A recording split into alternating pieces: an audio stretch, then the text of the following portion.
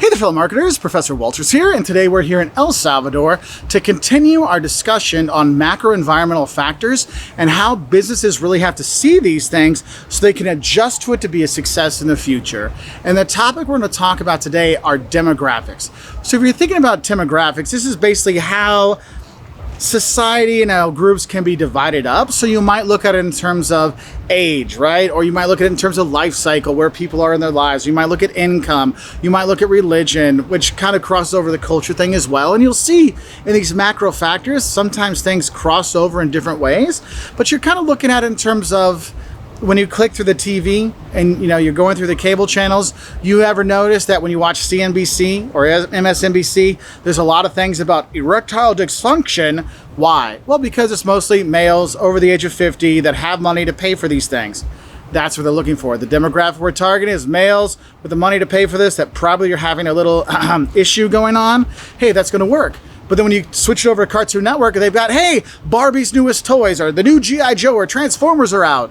They're doing that because they know that demographic, that age group is watching that, okay? And so what I want to kind of go through is look at some of the typical demographics you might look at in order to figure out is, hey, how are things changing, all right?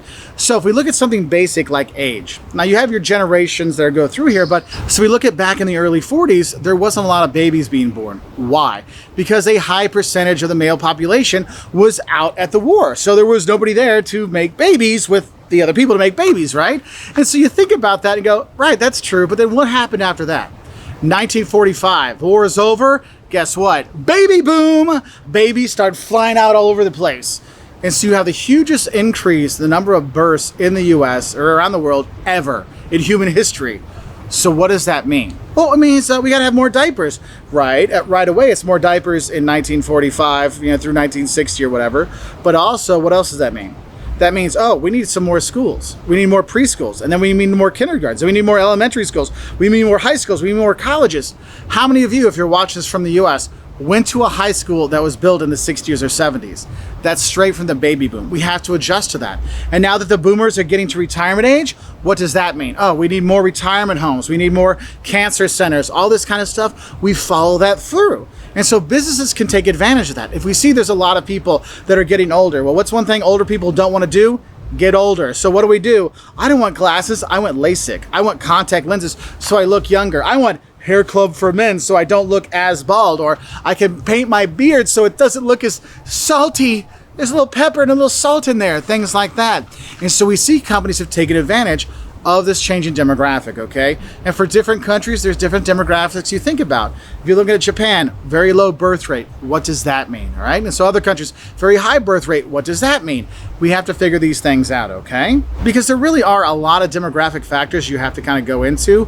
You might look at income, okay? So if we're looking at different incomes, well, do we develop cars because there's enough people in that income bracket that can support us? So that's why when you have companies like Toyota, they come up with their Lexus brand because they see, look, there's enough people that can pay for the Lexus brand, the higher end brand, than in other places where we might only have the Toyota brand. And the thing is, if you're looking at income, think about it, I need these new glasses, but if there's rough economic times or there's uncertain economic times, the demographic of income becomes uncertain.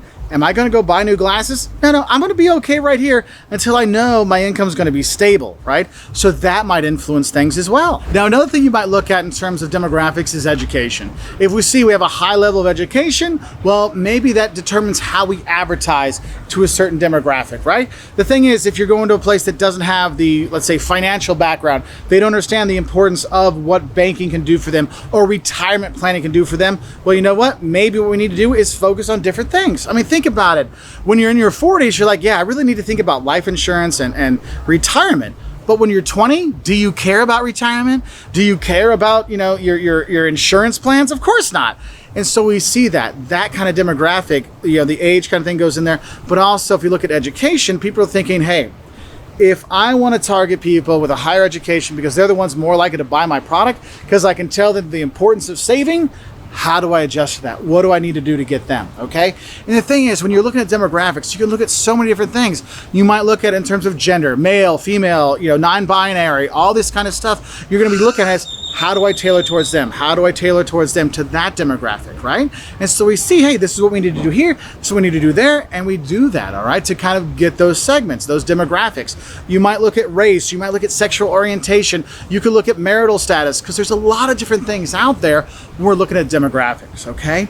And as a business, it's your job to kind of track all these things to see, what does this ramification mean? What does it mean when fewer people are getting married, or more people are getting married, or for example, in the US, people are waiting longer to get married. What does that mean?